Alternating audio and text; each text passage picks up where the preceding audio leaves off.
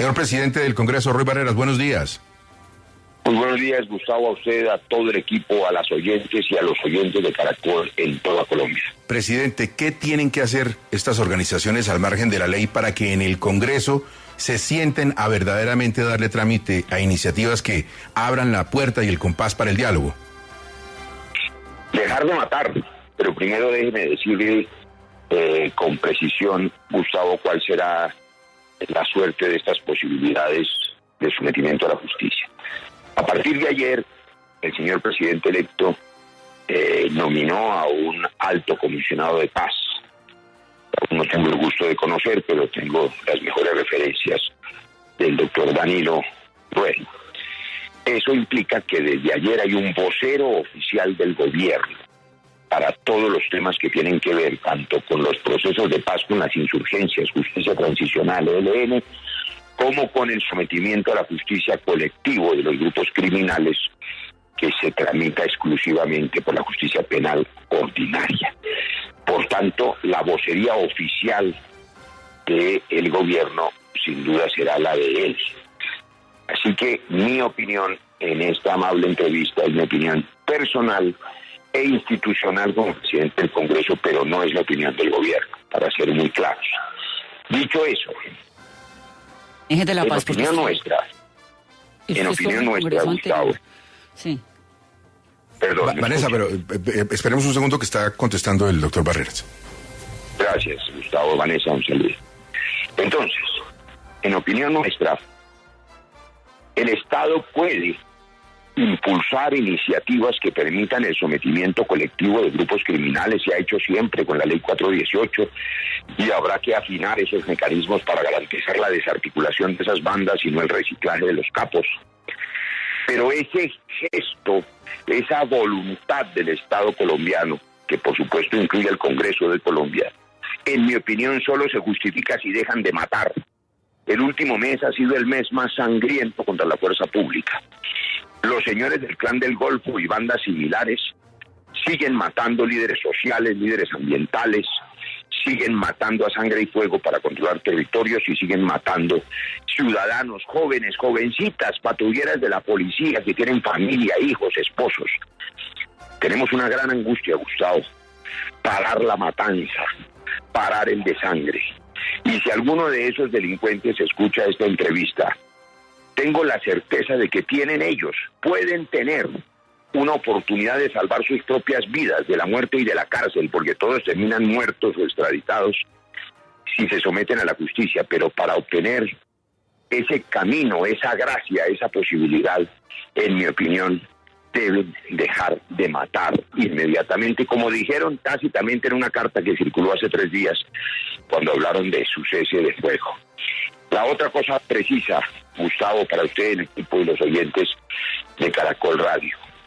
Hay múltiples iniciativas de la sociedad civil, de centros de pensamiento, de institutos de derecho, incluso de parlamentarios.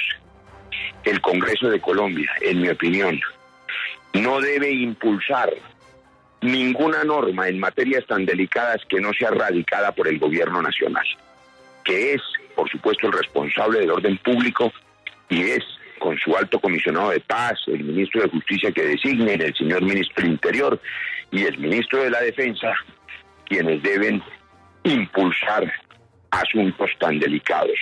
Bienvenidas todas las ideas de la sociedad civil y de los centros de pensamiento y de las universidades y también de los parlamentarios que por supuesto tienen derecho a radicar proyectos. Pero el Congreso debe impulsar como parte del Estado exclusivamente en materia tan delicada el proyecto o proyectos de ley que radique el gobierno nacional después del 7 de agosto de manera oficial y formal a través de sus voceros oficiales, Gustavo. Sí, pero es que lo de la matanza realmente es muy impresionante, doctor Roy Barreras, si usted fue un hombre de proceso de paz, ¿y cómo hace uno para que Colombia apoye un proceso de paz con estos criminales narcotraficantes que están matando de a un policía al día? ¿Ese parar la matanza es una condición suya o del gobierno? Primero una precisión, Vanessa, con su saludo. No hay un proceso de paz con bandas criminales. En eso debemos ser precisos.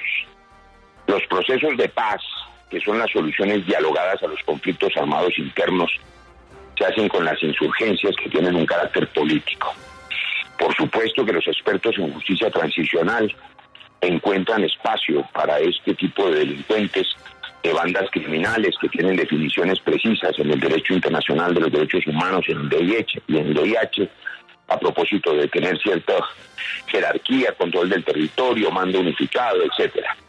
Pero eso no significa que el Estado colombiano, y soy preciso en eso, no puedo hablar por el gobierno, pero sí por el Estado colombiano, del que hace parte del Congreso, no hace procesos de paz. Puede hacer conversaciones para facilitar el sometimiento a la justicia de estas organizaciones, que es el mejor camino para Colombia. También tengo que decir que esos que matan son colombianos, son hijos de madres colombianas, probablemente crecieron en el campo colombiano, también quizás fueron vulnerables y el Estado quizás los abandonó o nunca los acogió. Cualesquiera que sean las causas sociales de la violencia, hay una oportunidad para dejar de matarnos como colombianos y para que ellos mismos puedan vivir en paz y sus familias puedan vivir en paz. Ahora, Vanessa, usted tiene razón, van 33 policías asesinados solo en 2022 por el Clan del Golfo. Y la lista de líderes sociales y de masacres y de líderes ambientales también crece. Hace un par de días asesinaron en Nariño a otro líder defensor de derechos humanos. Y eso es por la maldición del narcotráfico. Y los que están dedicados a sangre y fuego a enriquecerse, pues son los narcotraficantes que se organizan en estas bandas. Sí. De manera senador, que sí vaya a haber una oportunidad para que Colombia esté en paz plena, dándole las armas a los delincuentes. El camino es el sometimiento a la justicia. Debe tener algún tipo de beneficio, por supuesto, de estímulo para que se justifique tal entrega de armas y desarticulación de las bandas, pero es responsabilidad exclusivamente del gobierno y mi opinión es que solo debería impulsarse proyectos que presente el gobierno nacional y no proyectos sueltos o individuales que de buena fe pululan en estos días en los centros de opinión. Sí, senador, pero por ejemplo, ¿qué tipo de beneficios le ocurre a usted que podrían tener las bandas narcotraficantes? ¿Cuál sería ese beneficio? Pues por la misma razón que acabo de decir, me parece que hay que ser profundamente respetuoso del fuero presidencial en esta materia.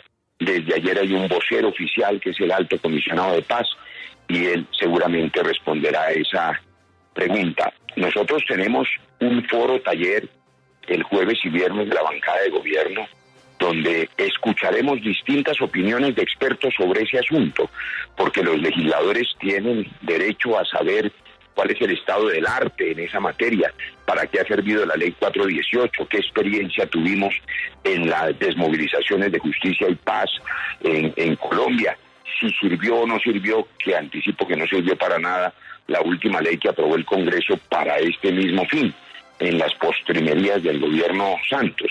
Pero esa es una información para que los legisladores tengan insumos para tomar decisiones cuando el gobierno nacional, si así lo determina, radique un proyecto en esa materia. Y en mi opinión personalísima, no debería hacerlo sino cuando haya muestras claras de que estos señores dejan de matar.